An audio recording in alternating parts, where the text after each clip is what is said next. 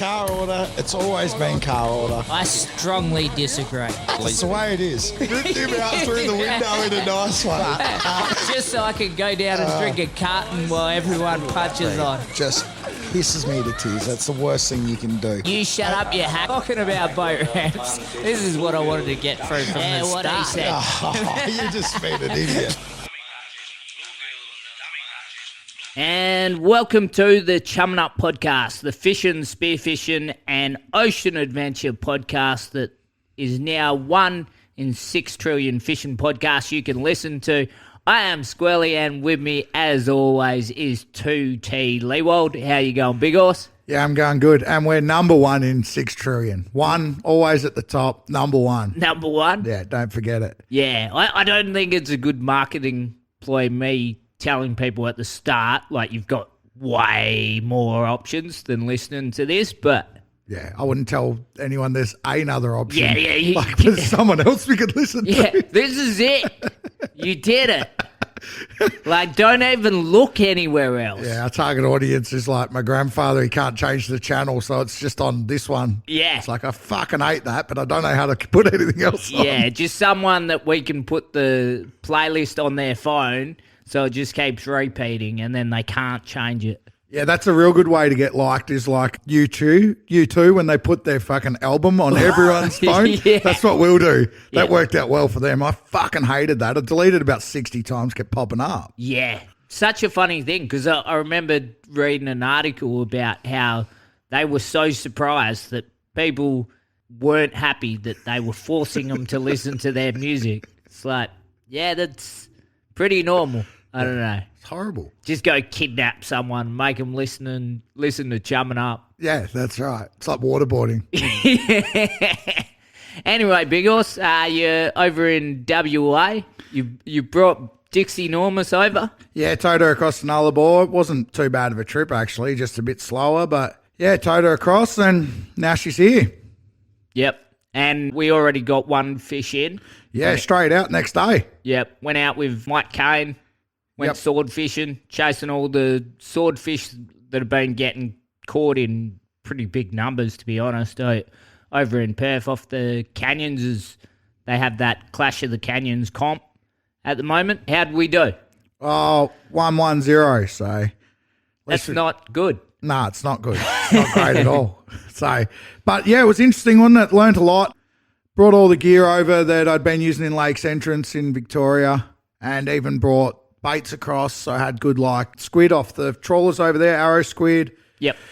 Because since the last podcast, you've done a fair bit of sword fishing over there and done pretty well, including with your son Harvey. Yeah, he's caught a couple and had another mate catch them with me. It's been pretty good over there. It's a fully developed fishery as far as the guys fishing it. Like they're all fully developed, obviously the fish are there, but so you can learn a lot quick over there where after coming here, you sort of see that you can get a real good outsider perspective on the potential. And obviously there's a couple of guys that are ahead of the game, but this Perth fishery will explode.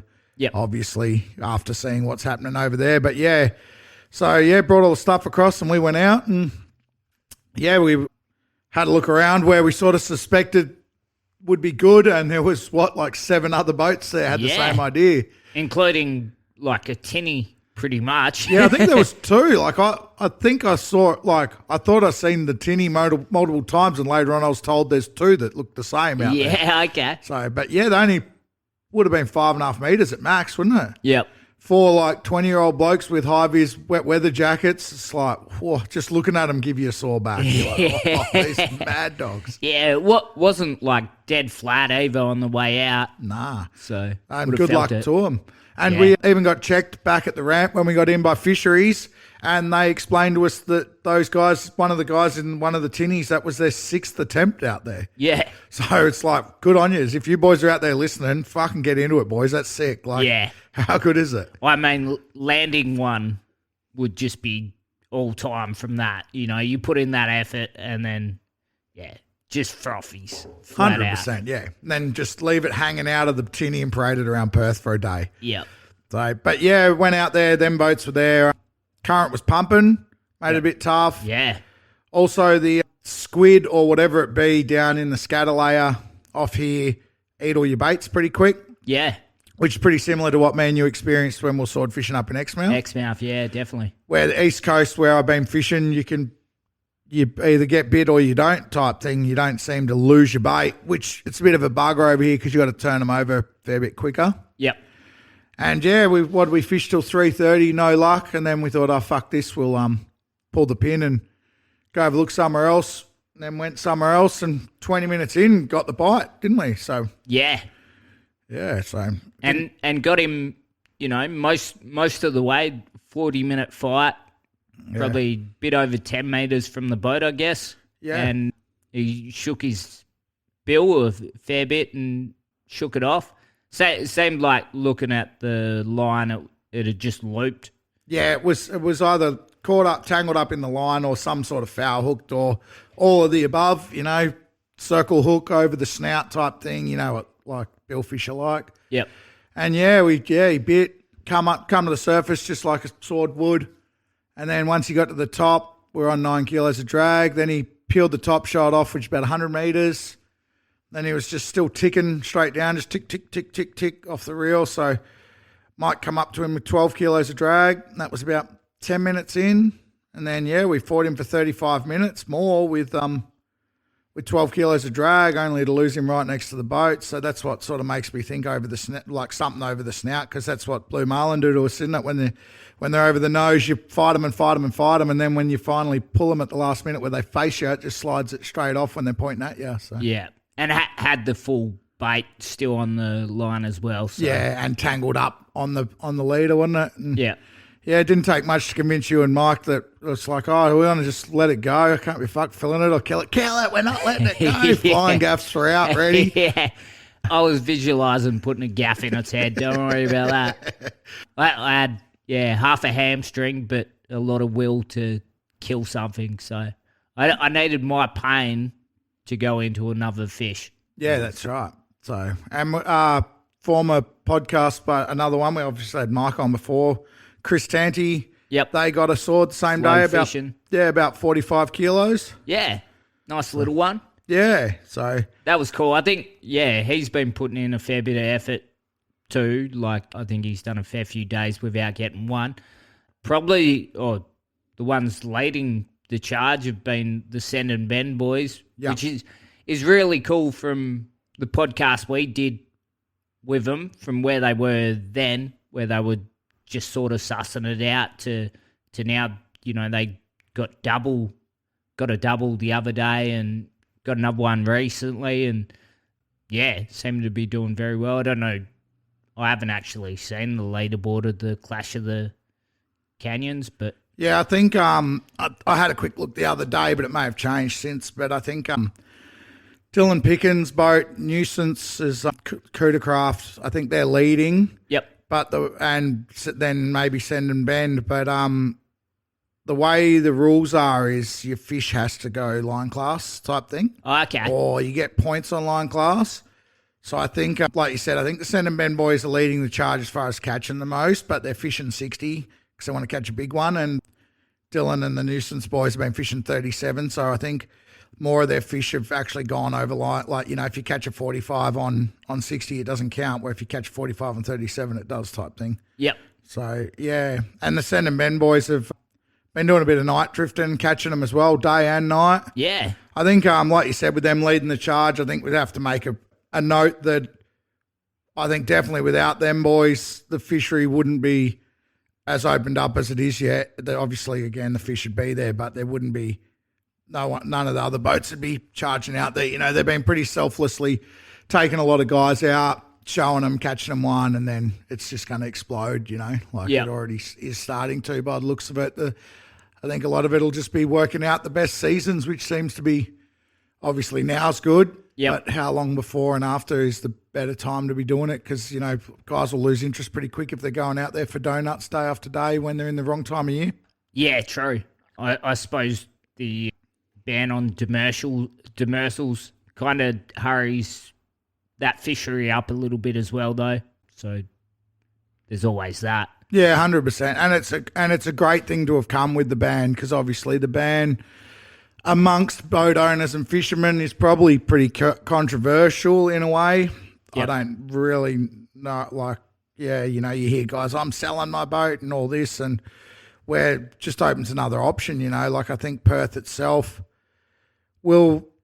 I think it's probably later than everywhere, most other places in Australia, not just being WA, but later behind Exmouth and that, where a lot of guys will move from sword season to dewy opening to blue marlin season and that, and you get to watch that on the East Coast. You know, even the guys that aren't really into marlin end up doing it because, you know, if there's demersal closure then and you want to do something, well then that's what you end up doing. And again, as like guys like Send and Bend and the other boys that are all involved open everything up, you know, the marlin fishing's not quite as boring for the people that aren't as hardcore either, because you go out when there is bites, you know, you don't go when it's shit. So yeah, that's it. You get to see it. I mean, it's a little bit like the Exmouth blue season, you know, like you don't have to go out without knowing they're around, because Eddie's, you know, catching or he's not catching. 100%. And, you know, like I moved up to Exmouth over 20 years ago, and Exmouth always had a great marlin fishery reputation, but even then there was no blue marlin season. Yep. Eddie opened that up, and, you know, Eddie moved to town again not long after me, but he still opened it up, and a lot of guys had done it. So that's sort of what's happening down here, you know, like without him pushing that forefront, you know, would it just been, yeah, the odd blue marlin gets caught when you go wide when you're chasing black marlin or what, you know, like he really opened that up, didn't he? You know, like, yep. For us, we didn't do much of it. And then because, you know, you'd have a good day and then you have a couple of days where you see nothing. And then once you realise there's a real pattern to it and rip charts and all those things, you know, as the fisheries evolve. Yep. So, yeah, it's bloody cool, though. It's cool to see it happening off Perth. Yeah. And it'll be interesting to see if it extends, you know, like further south certain times of year and stuff like that, or all along the coast, people start looking for the ground, because it's obviously not just here. Yeah, 100%. So I'd get, like, they obviously catch swords off Exmouth as well. They caught a fair few this year. Yep. But I'd guarantee, like, obviously back of the Abrolhos was real popular for longliners. Yep. But the problem with it is the travel. Yeah. And then you'd think down like Augusta way and that would be really good as well. But then, you know, even Perth's not the greatest weather. You know, I've come to realise that the West Coast is a lot worse weather than the East Coast. Yep. Yeah, so that's what keeps them at bay a bit. But, yeah, for sure.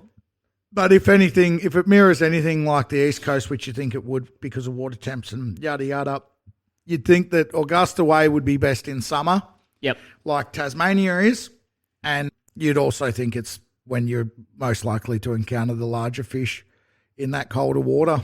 Yep. Which seems to be pretty common across a lot of species, really. Yep.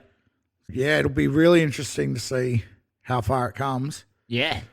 Yeah. I mean, it's one of them things where it seems like not a lot happens for a long time, and then everything happens fairly quickly. So yeah, and it's interesting for me because I've come from WA, gone over the east, and then come back, and it's like looking in the swordfish, particular only. It's like looking into a window of the future. Like we launched at Hillary's, and then I went the next day and we went and had another look just in the arvo. Didn't get any bites, but I went into the tackle shop there, and there's no swordfish gear whatsoever. You know, you couldn't get good baits like full squid.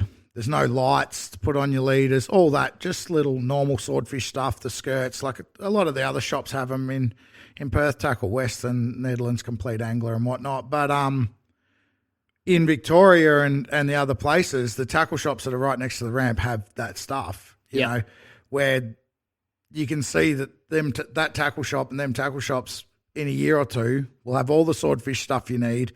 And then it just helps it explode, you know, like guys can go in there instead of like asking them if they've got it, it'll be more like, no, you need this, this and this. And you can pull up at the boat ramp, literally not have much of an idea what you need and walk out of the shop with everything you need, you know, and that'll be a year away, maybe two at worst. Yep. The other thing is they got the Clash of the Canyon, which the Perth Game Fishing Club's put on, which again, the guys in the club are the main ones leading the charge on this thing. Yep. And I think it's 3 months or something. I'm not sure. Yeah, they had an original date and then changed it, so I'm not sure again either. Yeah, so it's like most points and most fish or whatever, heaviest fish over 3 months. If I had to guess, probably in 3 to 4 years, there'll probably be a comp that goes for 3 days or whatever. Yep. Just like a normal fishing comp does. They've obviously got the Marlin Cup or whatever the Perth Game Fishing Club holds here, but, once Tasmania has a sword fishing comp, New Zealand has one where they go for 3 to 5 days or whatever. Yep. I think that'll happen here. There's so many boats interested already. It wouldn't take much to get 20 or 30 boats to go out there and just do a weekend comp, and it'll probably become quite a big thing that hangs around forever, I'd say. Yep. Yeah, so I think although they're banging it and proved it, right, it's still in its infancy as far as how far it's going to go. You can just see the progression, can't you, really? It'll be pretty cool. Yep. And then on the other end of the comp that's been around for a fair while, the Broome, is it the Broome Cup?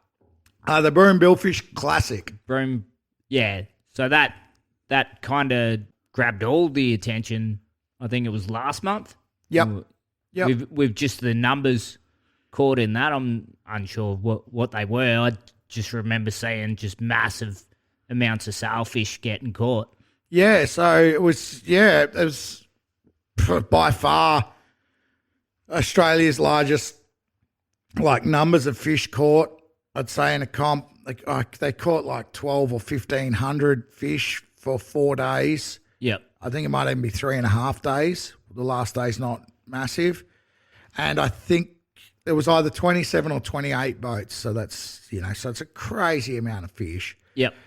Yeah, on the world stage, it goes nuts. The first day, 3 boats. I know one of them's Game Time 2. The other, I'm not too sure off the top of my head the name of the other twos. But the first day, which is also, just to really confuse it, is Fatty's Day, which is a 1-day comp inside the 4 days comp. Yeah, right. Yeah, which is called a guy that was part of their club for years.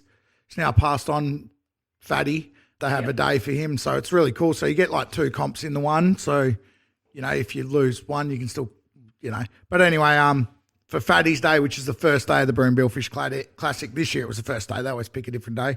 Yep. Game Time 2 caught 70 sails. Shit. And the other 2 boats, one caught 68 and one caught 65. It's fucking insane. It's the biggest shame in the world is that they don't have a marina with an all-tide boat ramp there. Otherwise, you'd fish it so much more. Yep. I've fished it 2 different years with Marcus Longhurst has invited me up and I've fished with him, and it's fucking unreal. It's just, there's so many fish.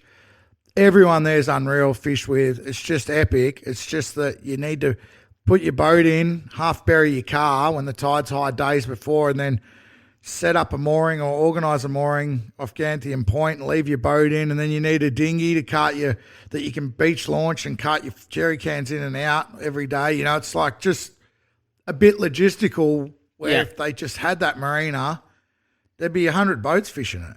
Yeah. Yeah. Well, I suppose you got to spend all the money on helicopters looking for sharks out of Perth. Yeah. So, that's more important. Yeah, that's right. Or whatever else government's spending money on.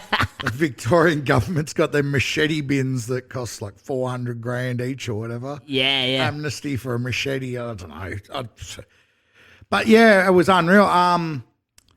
So Game Time 2 got that 70 fish first day, and they still didn't even win it. Yeah, that's crazy, isn't it? Yeah, it's cool. That's how you won it. They lost by a couple of fish, I think, literally a couple. Yep. They got stuck on 150 kilo black for ages. Might or might not have cost them on the last day. Yep. You get double the points for a marlin, but the heaviest line class you can use in the Broome Billfish Classic is 10 kilos, so you can't just catch them big marlin like they're nothing. Yep. And yeah. Did they get it in, or? I'm not too sure. Can't remember. No, I think they might not have, because the sailfish is you can just touch the leader. Yep.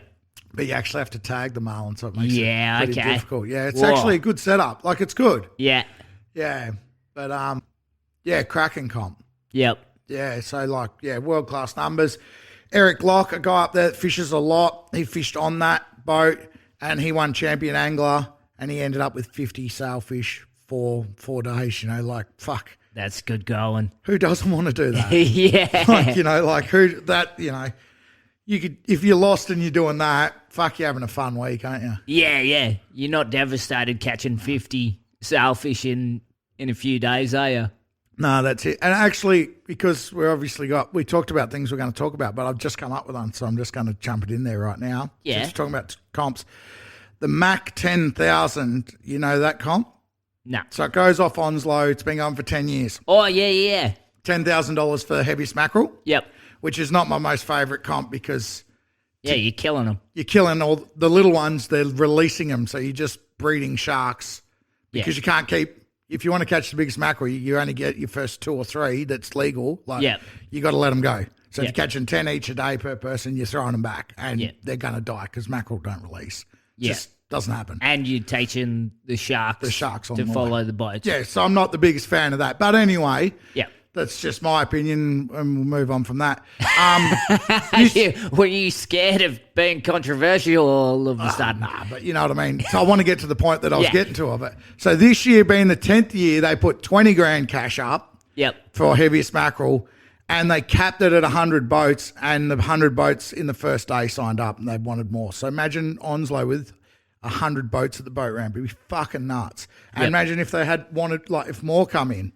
But good friends of ours that we know, John Palumo, I always get his name wrong, and Brendan Horn. Yep. They won it this year with a record fish, the first 30-kilo fish weighed in the comp, 30.5 kilos. Wow. As of yesterday, I think it was. Yeah, okay. And took the 20K cash home, so it's good to see some... John lives in Onslow now, lived in Exmouth for years. Yep. And good to see some local boys fucking smacking it. Yeah, bloody oath. Last time I seen Brendo, he didn't even have any beer in his fridge for me, so...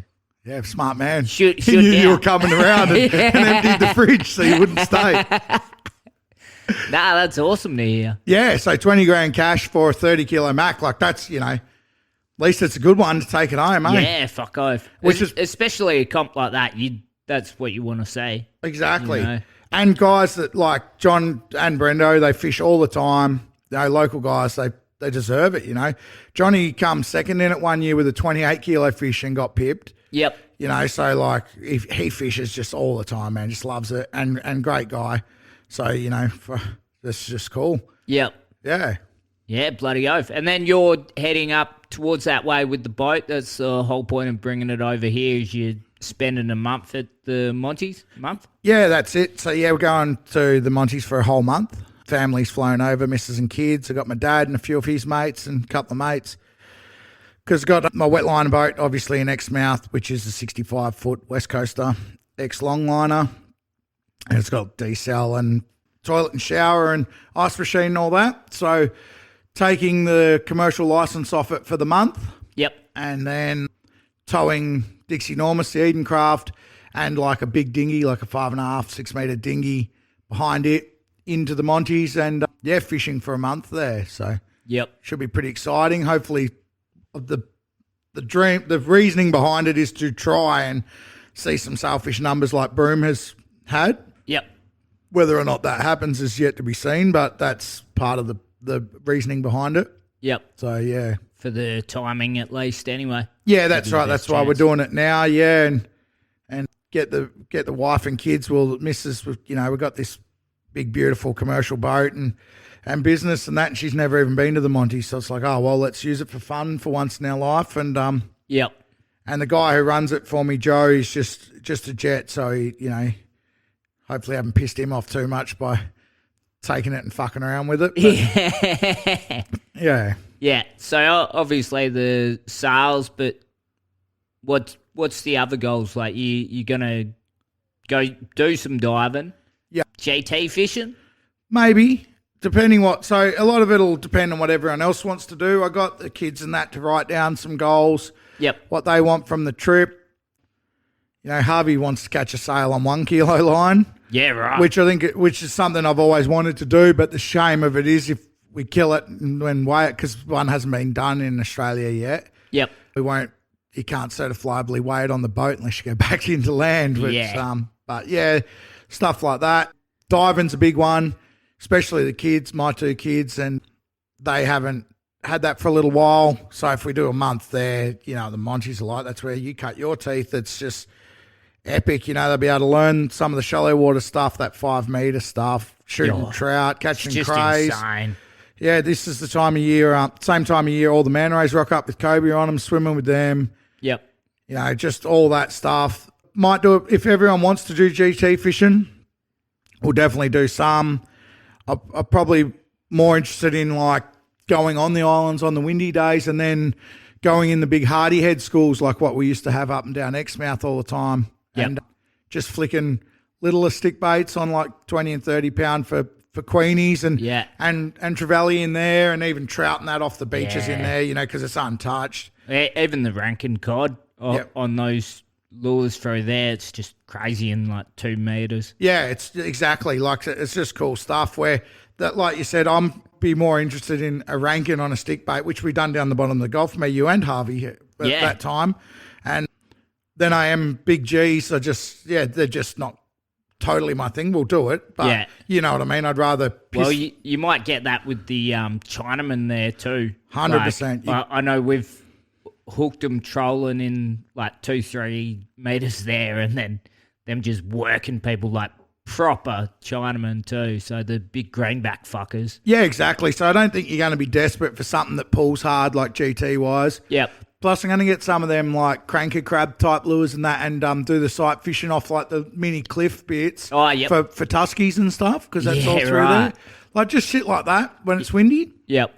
So there's plenty to do, and then just all your other stuff, go squidding of an arvo and try and smell the roses a bit. That's why we've got a month is, take a hammer out and bloody knock a heap of oysters off and have oysters kill Patrick, and, just all that sort of shit. But then there'll be some hardcore sail days, leave, sun up, try and get on them early if they're around, and then fish till dark. Yep. A few different little benchmarks there, like, get 50 in a day or whatever, and that sort of stuff. But it'll depend on what other people want to do too.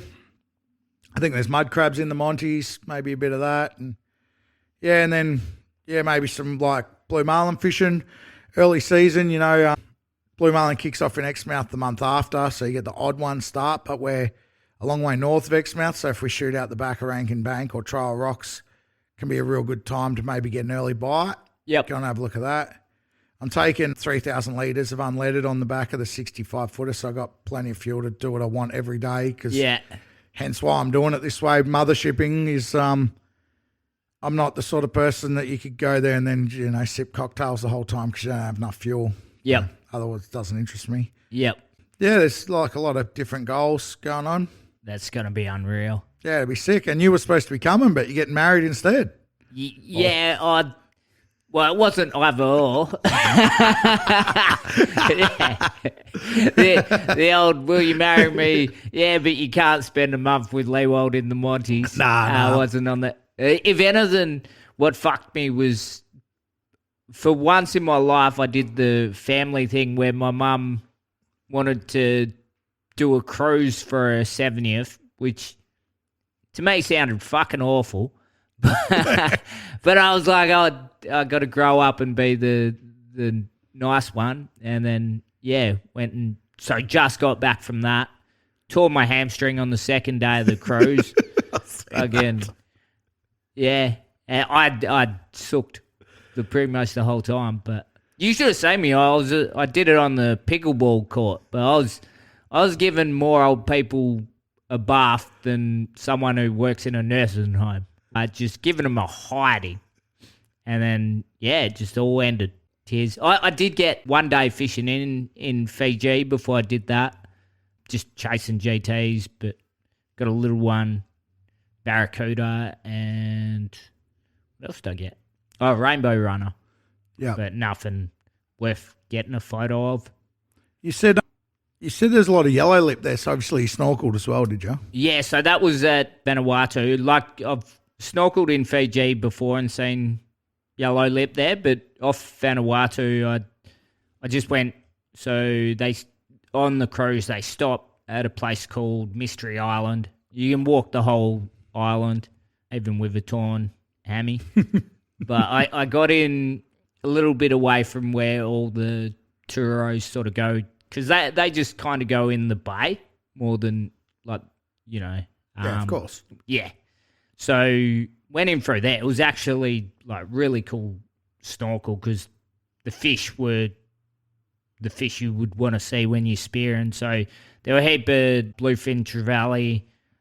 The yellow lip there was small but so dumb, like just coming straight up to you.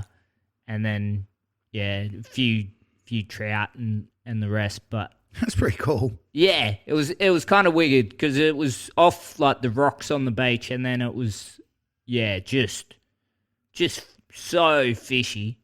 Yeah, walking it, there were like lots of places where you just like, if you could throw a stick bait there, you'd do pretty well. So I don't know, it gave me a good glimpse of places I would like to come back to do properly, rather than go in for half a day on a cruise. Yeah. Yeah. One bit was good. Before I did my hammy, we did like a snorkeling tour where they park in like, I don't know, about 13 metres, and then it drops off further from there. And obviously the type of person you have on these tours is a muppet. So I got in and just dived to the bottom in the 12 sort of thing. And like, it's warm, clear, it's like perfect to just and old mate on the boat just was like, I gotta take you out and put you on some fish like next time you're here so you can shoot them, sort of thing. Yeah. So it was like, considering I'm always the most useless diver in the people I hang out with, it was like being the prettiest girl in the bar. It was just like, oh. So I didn't mind that. That was actually pretty good, even though the snorkel was shit. Yeah. It was like, yeah, the ego was boosted that well that it didn't matter. The snorkel had no fish. That's it. I seen a vermicular trout for the first sick. time. How sick do they look in the water? Eh? Yeah. They're more black than what you think, eh? Yeah. Yeah, so he was only small, and yeah, I dove down and seen him and did the pretend fucking I'm shooting you, even though he like miniature. But it was wicked because I haven't seen one before, so that's always cool. That was the thing when I first dived the Monties, was like, just as a young bloke, seeing all those newer fish that I'd never seen. So yeah, that still does it for me. I can do a snorkel where, fuck, I haven't seen that fish, or even the bluefin trevally. Like, I've seen them before, but not. Plus, they're real electric looking. Yeah. Like, they're just cool. Yeah. So yeah, and that's again the Monties thing. That's what I'm looking forward to with the kids, sharing that, and I'm sure I won't get them out of the water. So nah. It's funny though, you know, like it was just years of hardcore diving, you know. Why don't go inside 30 meters, want to shoot big reds, or got to be this, got to be targeting this, got to, you know, want to shoot a 30 kilo mac, or you want to do, and now it's just like, oh, I just want to go get them going in the shallows, catch a few crays, you know. So I don't even know if I'll go diving in the 20 or 30s unless they want to do that on the trip as part of their stuff. But honestly, I'm not that interested in that. So yeah, it's cool to go back full circle where, you know, 10 years ago, if you said go up to all the way to the Monties and go diving in 5 meters and look for a little barracuda, I'll be telling you to jam it. Yeah. Well, I mean, that's the cool thing, like on a trip like that too, is you can go diving with the kids in 5 meters and just decide that for lunch, what do you want? You just like, do we get a trout? Do we, Yeah, it's right. So, yeah, it should be pretty good. But yeah, so your Fiji trip stuffed your hopes, but yeah, I think the leave and everything else like that was a bit harder off the back of that, which probably wasn't the greatest decision I've ever made. I think I confirmed before your trip was completely locked in, and then it was like, fuck, how do I make this work? So I think Jarby's talking about doing a week. Yeah, he is talking about it, so that'd be good. It'd just be a weather thing, basically, isn't it? Like, pretty hard to plan what's going to happen over a month, especially up there. It's not the most predictable weather, is it? Yeah, especially that time of year as well. Yeah, you could end up with northerlies or southwesters or any bloody thing. Yeah, definitely. But yeah, with that, there's still a chance if the timing works, I can get on a plane and go with him. Yeah. So we'll just wait and see. Otherwise, if someone else meets you out there, I might jump on. Yeah. Yeah, there's a few people interested in coming out while we're there. Obviously, it's not the least visited place on the planet, especially these days. So there's people coming and going all the time. So it'd be good to have a bit of different company in that. Yep. Yeah. Yeah. The other thing I wanted to talk about, I did when we did the sword fishing and Mike lost that fish last minute, like just from the boat. I did up like a AI thing where I deliberately put a pool noodle on the sword's nose instead. Yeah. And just had a choose your own ending with the line like that. But I think I've talked to you about it a little bit, but with how far AI's come, you see a lot of Instagram videos where it's like an AI shark in the water and they're patting it, or I think someone did a AI of a polar bear climbing aboard a ship and then patting it and shit. And like you can just see with how good it's getting, how quickly, like it's going to become, especially for someone just to take a photo with a fish, it's going to be impossible to know whether it's real without, I don't know, some sort of thing. And it made me think about whether that is going to ruin fishing because no one's going to believe you with what you post. But then I also thought about when we first started fishing, how little, you had no video, that's for sure. But then taking a photo, like most of the time you got the photo when you got in, because you caught something unreal and you're like, oh, we've got to take this back to get a photo of it or something like that. If that. Like I know our hammerhead that we caught off the beach, there's one guy got a photo with the head. Yeah. And he wasn't even, we didn't even know him. Yeah. So the actual fish, there's no photo of it because no one had a camera. Yeah, that's right. So I wonder if it'll go back to, because sometimes I feel like a lot of people don't even like fishing. They just like the attention of the photo or anything else like that. So I wonder if it'll go back to that a bit more. I would think so, I think it's going to be a good thing. Yeah. I think, I think with everything, I think AI spam, I know it sounds dumb, AI spam will be a good thing because it'll just flood everything on social media. Yeah. And it'll hopefully make the whole lot less relevant. Even though I'm on social media and I post photos of fish just like anyone, I'm as bad as anyone, but it'd be good to see just that whole thing be less relevant and more about catching the fish with your mate, so I'm sure there's probably people already faking fish photos that thinks that it means something to them because there's a lot of people that put themselves in a box and they're like, I'm the fishing guy and people expect me to be catching fish, so I better post a photo of a fish or something. It's like, well, no one gives a fuck. They're all only thinking about their own life, Yeah. But yeah.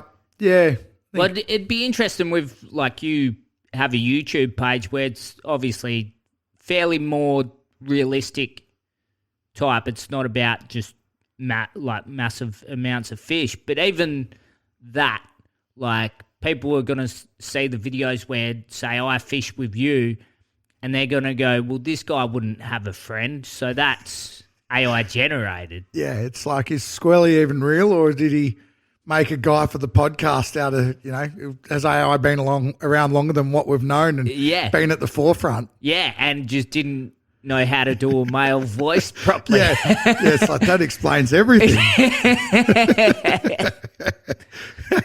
We're exposed. Yeah, I don't know. I think, I think it'll be a good thing, A bit like you said, a bit like even my YouTube videos and that. I'm not too worried about, getting rich or anything. I just like making the videos, and I think they're good. Like we got a lot of them's us too, and me with my kids. I'd like look them. I was making them before I posted them onto YouTube. We used to watch them at the back of the shop.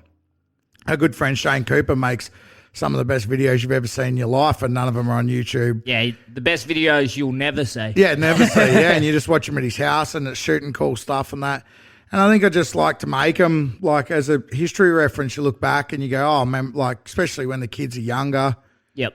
So they're not, they're no bloody David Attenborough class. They're just a normal watching video. Where I think if you want to make money and be big, like a Brody Moss type situation or whoever, like the Pelagic Pursuit fishing ones, like Paul Worsling and all them, I think you'll have to use AI a lot in your videos, because they're an entertainment factor. They're not just someone catching a fish, So I think I'm not saying the whole product will be AI, but there will have to be AI parts in it, segues or whatever, or bits, cleaning up some of this, making it clearer, cleaning up the sound, all that sort of stuff, where that'll probably come to everything, but yeah, I think there'll still be a place where people just do what they're doing, they're not as fussed, but yep. Yeah, like I said, I think it'll be a good thing because it'll clean out a lot of the like real wannabe type stuff, or just there'll be that much of it that it just won't even matter. It'll just be a washover, Yeah. I wonder if Jarby will start using AI. Like he won't have to for the fish, but just the hair. Like that'll be it. He'll be the only one that it's real fish but fake Jarby. I think it'd be more like you having photos of that you've taken of him with a fish, and then it's like post it. One's like Donald Trump hair. Next one post it's like a mohawk. Yeah, just every photo. That actually might be worth it. I might do that. Well, that was did you see the shark video going around of the shark release? So I didn't. No, I got sent it by a fair few people, but I seen it originally. So it's a bloke. It's not a big shark. I think it's a bully from memory, but he's kind of like releasing but posing for a video at the same time, and the shark gets free and takes this chunk out of his leg. Oh, and it's like proper chunk too. It's not even like it thrashing, biting, and just like scraping. It literally gets the full bite and takes. You see the chunk go. It just goes straight through. But the comments are what Instagram comments are. Yeah. Now it's just all people saying you deserve that. Yeah. Hurrah for the shark. Hope the shark's okay. Blah blah blah. Yeah. Which is like whatever. I mean, I would never think that. But then the other side of it is I've followed enough of those shark fishing pages where there was a big thing of blokes like towing them out, 30 metres to sea, like swimming them out. Like we post, like if you're not man enough to swim them past the second breaker, then you're not man enough to shark fish. It's just like, what the fuck is wrong with you? Just fucking retards. Like I don't get it. Like I'm not losing a leg for a fish. Like I don't really shark fish anymore. Can't remember the last time I've deliberately tried to catch a shark. But if I caught a shark, I'd be putting in a bit of effort to release it, but not anything that put me in danger of getting bitten by that shark. No. Because if it, like, I'd be like Ivan Drago. I'd be like, if it dies, it dies. Yeah. Like, no. Who cares? yeah.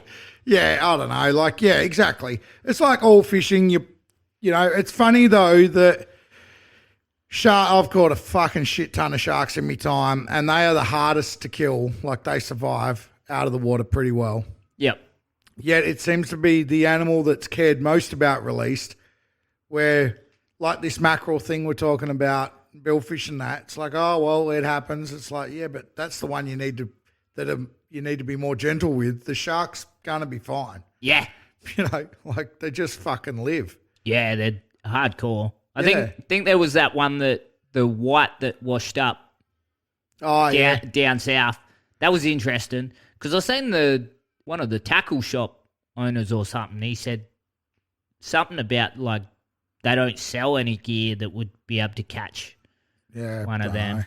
Well, I thought that was weird because I'm like, rope and chain will do the job. Yeah. It's done it for 100 years. I had that lemon shark that washed up in Exmouth years ago, and it was a big thing on Facebook because some peanut said it was a grey nurse and everyone thought it was. Oh, yeah, I remember that. And then they're like, who would kill this? Who would kill it? And then it's like it had a fish hook in its lip.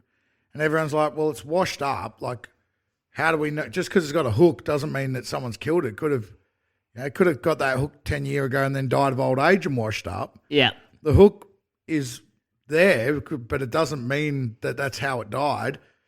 And then when I looked at the photo, I've seen it was a lemon shark, not a grey nurse. I'm like, but it had like 140 comments by then, and half of them were like, how do you know a fisherman killed it? The other half are like, they're endangered and protected.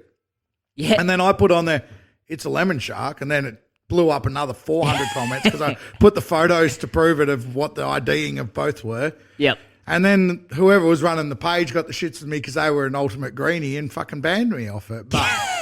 But going back on the AI thing, like you said with the guy that got bitten, how everyone's like, you're a piece of shit, you deserve to get bitten or whatever. That's where I think AI has the potential to be a good thing because already there's so many comments or whatever on social media and things that are bots. It's just going to make it more known that, or more obvious that half of the shit's not real. Yep. And then everyone can get to a point where you just admit it's not real and it doesn't matter. All the bad, hurtful comments that flood stuff, you're just like, well, it's probably just bot stuff. Who cares? Yep. You know, it loses its impact. Yeah. So I think once all that stuff loses its impact, I think the world will actually be better in a way because it'll be just so flooded with crap. You know, it's like, you know, 30 years ago, if your phone rang and someone told you, you know, your bank account's been hacked and you better tell them something over the phone, you'd nearly tell them. Where now, you know, if your phone rings, it's like, fuck, who's ringing? Why didn't they text me? You know, or whatever. You're like, you know, it's a spam and a scam. So I think once we get to that, I think it'll actually almost be better. Yep. Yeah, it'll just be your old single auntie sharing them on Facebook. God, have you seen this? Yeah. It's not real. Stop giving your number out. Yeah, the prince doesn't have $1 million and wants to leave it to you. But like your comments on social media, it could just, you know, hopefully it just goes back to people you actually know. Yep. And they're like good fish or whatever, and you're like, oh, thanks, Squirly. And then then there's a heap of bot stuff that's just whatever. Yeah. But it just loses the impact. You know, there's obviously a lot of like famous people, whether it be in sporting or anything, and you click on some of their stuff, you know, like a AFL player or something, and you're like, what the fuck? There's like a million cunts with an opinion on them for nothing. Yep. It'd be nice for that to just get to a point where they like can move on with their life and just admit that none of it's real. You know, like obviously they have to do that anyway, like mentally, but like actually no, it's not real. It's just shit. Yeah. Yeah, for sure. Yeah, that's it. So other thing is GameX in Exmouth is coming along. Yep. And I've heard whispers they want to change a couple of sections in there, which I think will be a good thing. They are talking about adding a swordfish section now as swordfishing becomes more prevalent. And maybe even chopping up the marlin section. So champion boat marlin might even move because the swordfish is coming out. Yep. Might move to black and blue or whatever, which I don't think is a bad move either because then you've got some of you guys that like to go wide, want to catch a big one like Boxy and Bernie and them guys that have fished it for as long, if not longer than anyone. Yep. And, starts giving them some credibility for their catches, you know, like they might catch 10 blues for the week and the champion marlin boat's catching 30 blacks, but they've got a section to go for. So yep. That'll be pretty interesting. Yeah. Probably the part with that would be I think there can be confusion between blacks and blues, especially for first-time fishos. So 100%, yeah. Yeah, that part would be interesting. Yeah, that's right. So, yeah, it will be really interesting. I think the guys that are going to struggle to identify between the two are probably unlikely to win either of the sections. Yep. Which would probably save it, I think, for now, and may actually bring a bit more awareness to it. Yeah. Like your hardcore charter fleet and your better fishermen. If you can't tell the difference between a black and blue, you're probably at the level where you're not going to catch more blacks than them anyway. Yep.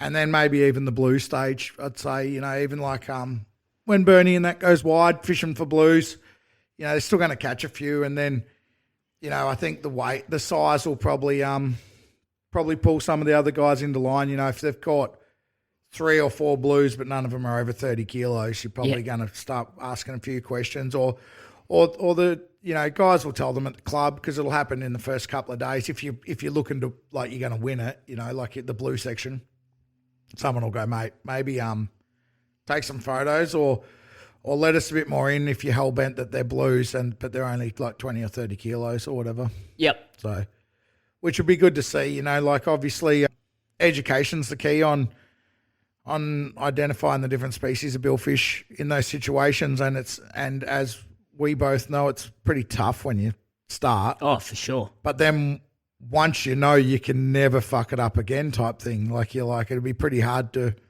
go, that's that, especially if you're tagging it, like actually capturing it. Yeah, the capture part. If it jumps off, you can be excused for what it was. Yep. So, yeah, it's pretty exciting though. Like, club's moving some things around, trying to get it in the right direction. Well, it's definitely it's already epic, GameX. Yep.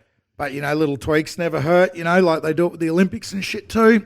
Another section they're talking about, which I think is a good move, is heaviest other game fish, regardless of what line class you catch it on. Yep. Which I think's good. Really opens up the billfish fishing boats for, like, another prize, but actually warrant it, like. Yeah, and also just for people that come down to see something weighed. 100%, yeah. I know that's what I used to do as a kid, was when it was at the pot shot, just go down to see the fish weighed. Yeah. And obviously that's becoming less and less with how people fish. Yeah. So that'd be cool. Yeah, it opens up that, like the boys chasing blue marlin out the back, you might be running 60 kilo gear and you catch it like a 16 kilo dolphin fish, it's good for nothing, but it's what a fish, man. Like you said, as a kid, you watch someone weigh a 16 kilo dolphin bull, you're just like, holy moly, like it's like a dream type fish, Yeah. Yeah. So, it's a good move, definitely. Yep. So, yeah. I won't be there this year again, which is a shame, but we'll be fishing the Cod Nationals again, won't we? Got signed up again, so we're going back to the Cod Nats. Yeah. So big shoes to fill. We've got to fluke 2 days now. Yeah, somehow get 2 days of good fishing in. Yeah. And get the numbers. You're thinking about fishing the heavy tackle, or? Yeah, I do want to fish heavy tackle in Exmouth. Yep. Which is the 10th to the 14th of December. Yeah, so obviously towing the boat up tomorrow and then doing the month at the Monties. I'm thinking about just leaving the boat in town till then and then fly over, fish 2 weeks from the 1st of December through. Yep. It's the worst weather, but it's always the best bite right through then. It can be epic, so I do miss blue marlin fishing. So, yeah, I'll probably do that. Yep. And then, but we'll see when we get back in for the Monties, but I'd say that's happening. And then, I'll probably tow the boat down here straight after or whatever and leave it here till your wedding in January. And then, tow it back over east for the striped marlin season. But might do a little bit of dewy fishing or some rotto run or something when it's here in January, just a little bit of whatever. Sounds good to me. Yeah, that's right. Just try and enjoy it, Yep. So, and then, do the big tow back. But I got to get back for that striped marlin season because if it's fucking half of what it was this year, I need another taste of that. That was insane. Yep. Yeah. Yeah. So that's the long-term goal, or not long-term, but long-term plan. Long-ish term plan. Yeah. Anything over there that you haven't done that you got on the list for next year? Yeah, I still haven't caught a barrel bluefin. Didn't get a big one over 100 or whatever, or over fucking anything. Yep. That's a big plan. I do still want to spear one of them. I think almost spearing them when they're at their thickest might be even easier than catching them, because you can see them on these mega bait balls, but you just can't get them to bite. Yep. So that's a massive plan. Another cool thing right now over there, they've got the top water yellowfin tuna off like Jervis Bay in Sydney and that. Yep. That looks pretty epic. That I'd like to do. And then trying to squeeze everything in at once. I really want to, and hopefully next year, tow the boat north up to Queensland Way. I'd like to fish like the Townsville and Airlie Beach and all that comps, which are about now. They're all like light tackle, like sailfish and little black comps. Yep.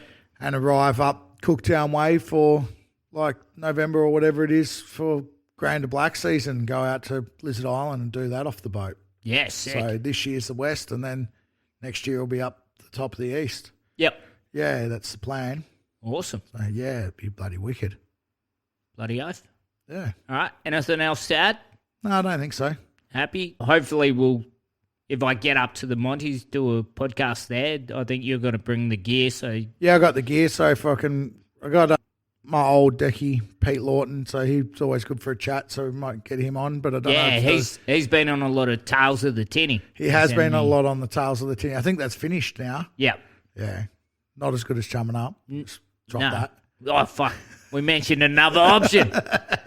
Yeah, no, he's given me a call a couple times when he's been barra fishing up there, so he's good value. Oh, he has more adventures and does more different types of fishing than near on anyone you'll ever meet. So the amount of stories, you don't get cool stories sitting on the couch, do you? Nah, and he doesn't sit anywhere. He's just go. That's why he's going to be so good at the Monties. He'll just keep going. Yep. Yeah, for sure. Awesome. Well, hopefully we hear from you then. Otherwise, cheers for chumming up, Big Horse. Yeah, no worries. Yeah, cheers. Cheers. How many fishing podcasts are there now? So many. There's just so many. But chumming up is still the best. I mean, you got Squirly, who sounds like a 12-year-old girl. You got Leewold, who scalps striped marlin fillets from filling tables. You got Jarby, who's Asian. It's still the best.